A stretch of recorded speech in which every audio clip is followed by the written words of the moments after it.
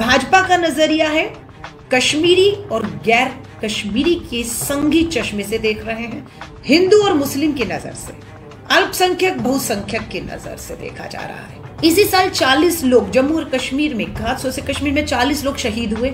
40 लोगों में 9 हमारे सेना के जवान शहीद हुए, 9 जवान शहीद हो गए। ये पूरी लड़ाई सरहद पार के हमारे दुश्मनों के साथ आतंकियों की लड़ाई है, लेकिन इस लड़ाई में पूरी केंद्र की सरकार फेल हो रही है। इसलिए इस लड़ाई को एक घरेलू लड़ाई, कश्मीरी वर्सेस गैर कश्मीरी। लेकिन जो फर्जी सीना है ना, 56 इंच का फर्जी बात है। पुराने भाषण सुनिए 2014 से 21 तक, इतने फर्जी खोखले भाषण लगेंगे आपको। किस तरह से एक्टिंग कर करके देश के प्रधानमंत्री जी ने एक्टिंग कर करके जुमले गढ़ गढ़ कर इस देश को ठगा है, और सब उस ठगी में बहकर चलते चले गए। और आज 7 साल हो गए। यहाँ तो बाइकआउट हो रहा है, यहाँ तो ट्विटर ट्रेंड अंधभक्त, बिल्कुल पाकिस्तान और हिंदुस्तान का जो रविवार को दुबई में मैच हो रहा है क्रिकेट का, वो नहीं होना चाहिए, बॉयकॉट करो। लेकिन वो इतनी हिम्मत नहीं कर रहे कि अमित शाह जी एक फोन लगाइए जय शाह को। दुबई में शेखों के साथ बैठे हुए हैं, एक मुस्लिम देश में बैठ के एक मुस्लिम देश के साथ पाकिस्तान, जिसको हम आतंकवाद के आरोप लगाते हैं, मैच करवा रहे हैं। उन्हें कहिए बोरा बिस्तरी पैक करे और आ जाइए।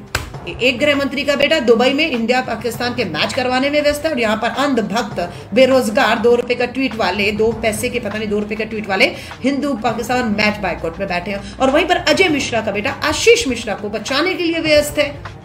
टाइम किसके पास है आपके लिए? जलता है कश्मीर, जलता रहे। जम्मू और कश्मीर, लद्दाख कुछ साल पहले तक एक राज्य थे, एक साथ थे।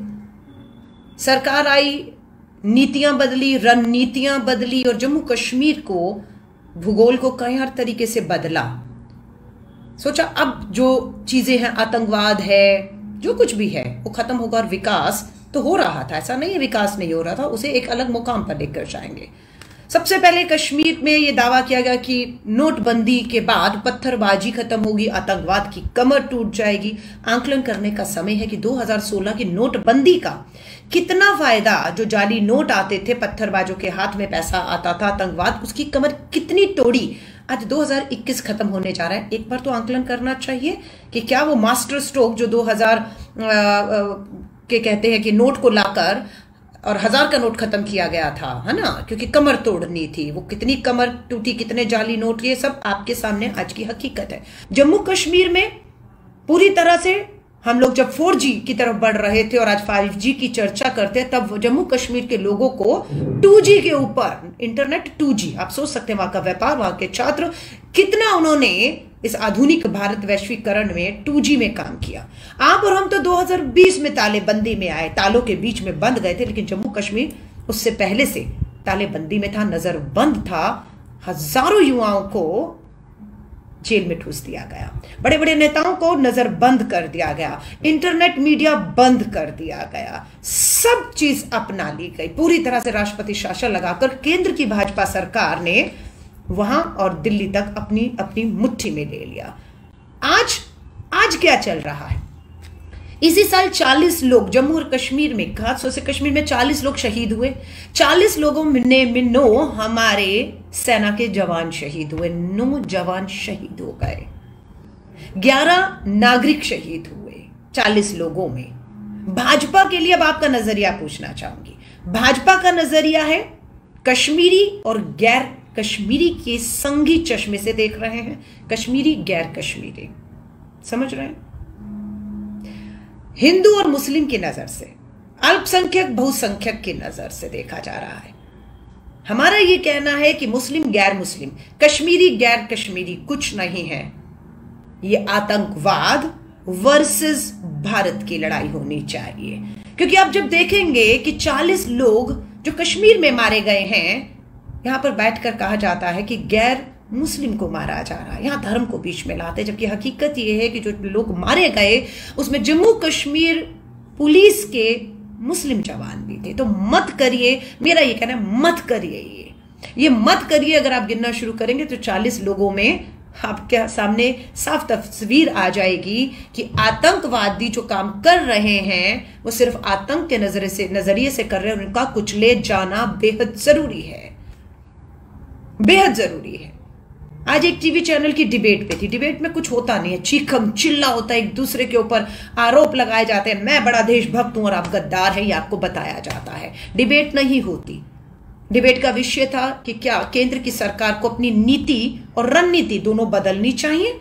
तो सबसे बड़ा सवाल था, ये सवाल उठ क्यों रहा है, क्यों अपनी नीति और रणनीति बदलनी चाहिए। वो तो नीति बहुत बढ़िया है, उनकी तो रणनीति बहुत बढ़िया है। आज ये सवाल कहां से आ रहा है कि आपको ये बदलने की जरूरत है, और ये टीवी की चर्चा से बदलेगी या केंद्र में बैठी हुई सरकार गंभीर मंथन करेगी। जम्मू कश्मीर के पूर्व के राज्यपाल सत्यपाल मलिक भाजपा के बड़े नेता हैं।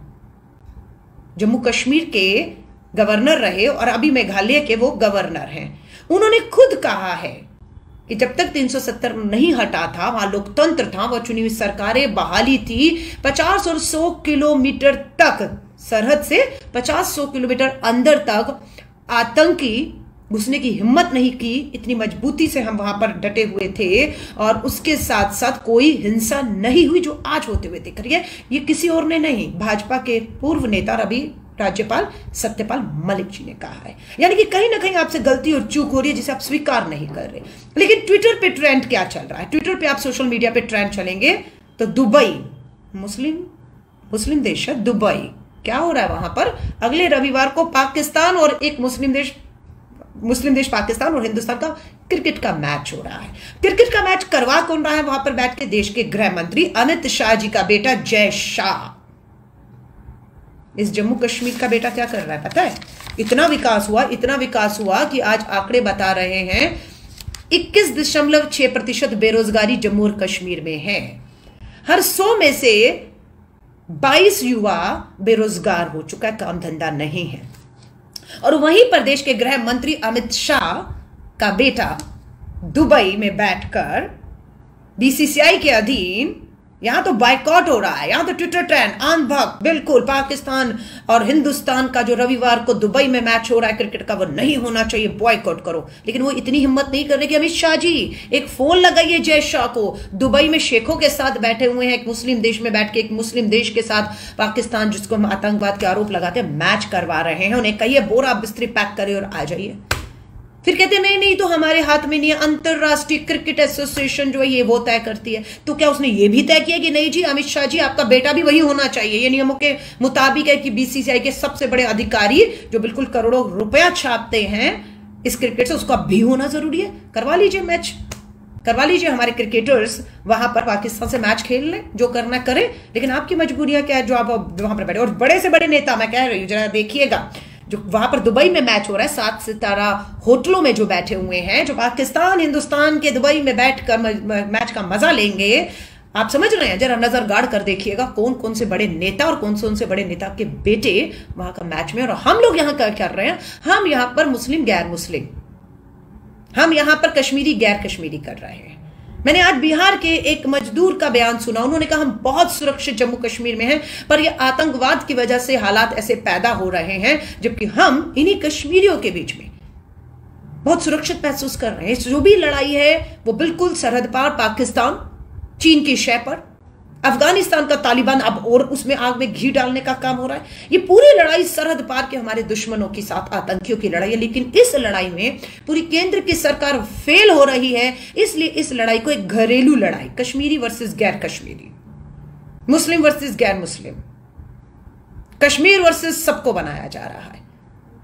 अगर कश्मीर में कुछ भी हो रहा है तो आप सोच कर देखिए सबसे ज्यादा उसका नुकसान और खामियाजा किसे भुगतना पड़ रहा है? क्या दिल्ली में बैठी मुझे या आप लोगों को अपने घरों में? सबसे ज्यादा उसका खामियाजा करोड़ों रुपए का व्यापार का नुकसान, क्योंकि पूरी तरह तो 1 साल तालेबंदी में गए कोरोना महामारी में, जम्मू कश्मीर कितने सालों से पूरी तरह तालेबंदी में। सलाम करती हूं बांग्लादेश की महिला प्रधानमंत्री शेख हसीना जी का।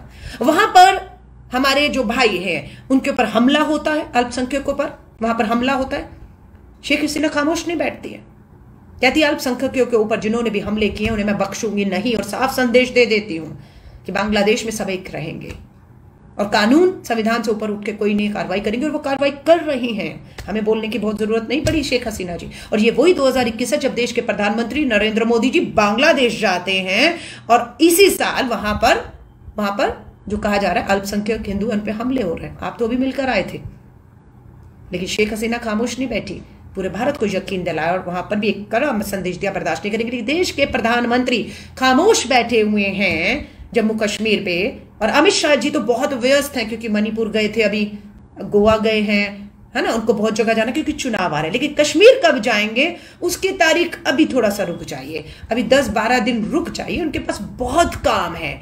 उनके बेटे भी देखिए दुबई बैठे हैं, वो यहाँ बैठे हैं, और देश के गृह राज्य मंत्री वो कहाँ व्यस्त है? कौन है देश के गृह राज्य मंत्री? जी हाँ, वही उत्तर प्रदेश लखीमपुर से आशीष मिश्रा देश के गृह राज्य मंत्री हैं। उन्हीं के पास भी समय नहीं है, वो तो अपने बेटे को बचाने के लिए, एक गृह मंत्री का बेटा दुबई में इंडिया पाकिस्तान के मैच करवाने में व्यस्त है, और यहाँ पर अंधभक्त बेरोजगार 2 रुपए का ट्वीट वाले, 2 पैसे के पता नहीं 2 रुपए का ट्वीट वाले हिंदू पाकिस्तान मैच बायकॉट में बैठे हैं, और वहीं पर अजय मिश्रा का बेटा आशीष मिश्रा को बचाने के लिए व्यस्त है। टाइम किसके पास है आपके लिए? जलता है कश्मीर, जलता रहे। प्रदेश के रक्षा मंत्री निकालते ना थोड़ा सा समय, बहुत चुनाव प्रचार प्रसार आज यूपी का आ रहा है, आपको व्यस्त है। और क्या कहा था राजनाथ सिंह जी ने? राजनाथ सिंह जी ने अपने केंद्र की भाजपा सरकार मोदी जी की पीठ थपथपाते हुए राजनाथ सिंह जी का रक्षा मंत्री ने कहा कि देश में मोदी सरकार के होते हुए कोई भी आतंकी घटना या हिंसा नहीं हुई है, दंगे नहीं हुए हैं। लेकिन उन्होंने जब ये कहा तो ऐसा लगा कि क्या कश्मीर को आप भारत से अलग करके देख रहे हैं? क्या कश्मीर इस भारत का हिस्सा नहीं है? आपने ये बयान कैसे दे दिया कि मोदी सरकार के होते हुए इस देश में कोई आतंकी हमले नहीं हुए? पुलवामा 40 हमारे जवानों को शहीद कर दिया गया, गलवान वैली में 20 जवानों को शहीद कर दिया गया। चीन ने अभी वीडियो जारी किया है, शर्मसार है, सरकार मुंह नहीं खोल पा रही कि ये क्या है। कहिए ये झूठा है, कहिए ये फर्जी वीडियो है, कह दीजिए ये हमारे जवान नहीं है जिन्हें पाकिस्तान ने बर्बरता से मार के वीडियो भी हाल ही में जारी किया और आपको बेनकाब किया, जो कहते कोई गुस्सा नहीं है। और राजनाथ सिंह जी ने कह दिया उरी, नारगोटा, पठानकोट, गलवान वैली, पुलवामा, ये तो आप ही के होते हुआ राजनाथ सिंह जी। और कितनी बेशर्मी से आप निंदा मंत्री एक निंदा करके कहते हैं कि मोदी जी के शासनकाल में कोई आतंकी हमला नहीं हुआ। कितनी आसानी से कश्मीर को अलग कर दिया। गई थी मैं कश्मीर में, आज 2 भाजपा के संघी प्रवक्ता टीवी चैनल की डिबेट में थे। यहां बैठ के टीवी चैनलों पर जाकर, वो भी अपनी गोदी मीडिया वाले चैनल जिन्हें अच्छा लगता है कि हिंदू मुस्लिम हो, मुस्लिम कश्मीरी गैर कश्मीरी हो, उस पर हम लोग चर्चा करें, उन्हें अच्छा लगता है। और दोनों प्रवक्ताओं को बोला आपकी तो सरकार है केंद्र में और जम्मू कश्मीर में आपके शासन में सब कुछ हो रहा है, आप राष्ट्रीय प्रवक्ता हैं और एक तो सांसद थे, इस चैनल पे बैठे बात कर रहे हैं कश्मीर कब गए, वहां के युवाओं को कब मिले? नहीं गए, सिर्फ टीवी पे बैठे हैं। लेकिन मुझे मौका मिला, मैं दिसंबर 2020 पिछले साल जम्मू गई और इसी साल 2021 में कश्मीर भी गई। सबूत है, फेसबुक लाइव किया, गुलमर्ग जाकर युवाओं के बीच में खड़े होकर कि कितनी उन्हें बेरोजगारी की मार पड़ रही है, किस तरह से तालेबंदी, आतंकवाद, हिंसा की वजह से उनकी तरफ कोई देख नहीं रहा है। कह रहे विकास हो रहा है। अरे मनमोहन सिंह जी, डॉक्टर मनमोहन सिंह जी ने जिस टनल को की नींव रखकर तैयार किया था, आपने उस टनल का नाम अटल टनल रखकर रिब्बन ही तो काटा और आप कह रहे विकास। लेकिन जो फर्जी सीना है ना 56 इंच का, फर्जी बात है। पुराने भाषण सुनिए 2014 से 21 तक, इतने फर्जी खोखले भाषण लगेंगे आपको। किस तरह से एक्टिंग कर करके देश के प्रधानमंत्री जी ने एक्टिंग कर करके जुमले गढ़ गढ़ कर इस देश को ठगा है और सब उस ठगी में बहकर चलते चले गए। और आज 7 साल हो गए, आज 7 साल गए और आज इनकी नीति, इनकी रणनीति कुछ मालूम नहीं। जिस अफगानिस्तान के ऊपर हमारा आज भी होल्ड होना चाहिए था, उस पर तालिबानियों के कब्जे के बाद जो है आज पाकिस्तान चीन के साथ मिलकर पूरे तरह से वहां पर जो इवन कि भूटान, ध्यान से सुनिएगा, नेपाल और भूटान तो हमारे पड़ोसी और सबसे मित्र देशों में आते हैं, भूटान और नेपाल।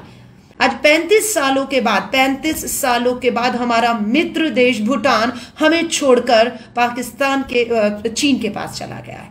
चीन के साथ भूटान ने अपनी रोड और वहां डेवलपमेंट प्रोजेक्ट लगाने के लिए करार हस्ताक्षर किया है। आप समझ रहे हैं? उससे पहले नेपाल, चीन ने अपनी तरफ किया, आज भूटान अपनी तरफ किया। डोकलाम सिक्किम में क्या हुआ हमारे सामने है। ये बात कांग्रेस और भाजपा की नहीं है, ये आपको समझना होगा। ये बात हिंदुस्तान की है, ये बात हिंदुस्तानियों की है, ये बात हमारी सरहदों की, हमारी सुरक्षा की है, ये बात हमारे उन शहीदों की है जिन्होंने इस आज़ादी को, या आज तक हमारे नौजवान अभी जो शहीद हुए 40 पुलवामा में और गलवान वैली में 21 से ऊपर हुए, ये उनकी कुर्बानियों के बारे में हमें सोचना है। सभी साथियों से कहूँगी बेहतर समझे तो वीडियो शेयर सिर्फ इसलिए किया रहेगा कि हम बता सकें कश्मीर का दर्द, कश्मीरियों का दर्द हमसे अलग नहीं है। हम उनका दर्द महसूस कर रहे हैं। उन केंद्र की मोदी सरकार को लगातार झुकाने के लिए मजबूर करेंगे कि वो अपनी नीतियों में परिवर्तन करें, लोकतंत्र की बहाली करें, लोगों को मतदान का अधिकार दें, चुनी हुई सरकार हो विधानसभा में, वहां पर फैसले लिए जाएं और जो बेहतर कश्मीर, जम्मू कश्मीर, क्योंकि हर राज्य अपने राज्य की सरकारों को चुनने का। मैं मध्य प्रदेश जाके गुजरात में वोट नहीं कर सकती, मैं दिल्ली में वोट कर सकती हूँ और वहां के लोग यहाँ वोट नहीं कर सकते। तो यही अधिकार जो जम्मू और कश्मीर के लोगों को, लद्दाख के लोगों को मिलना चाहिए, उन्हें वंचित क्यों रखा गया है? कब तक आप जम्मू कश्मीर लद्दाख को दिल्ली से चलाएंगे और संघ के चश्मे से चलाएंगे? ये सवाल उठते हैं। आप सभी से इजाजत लेती हूं। जय हिंद, जय भारत। इस खबर को अभी लाइक करें, शेयर करें, अभी चैनल को सब्सक्राइब करें और घंटी जरूर दबाएं।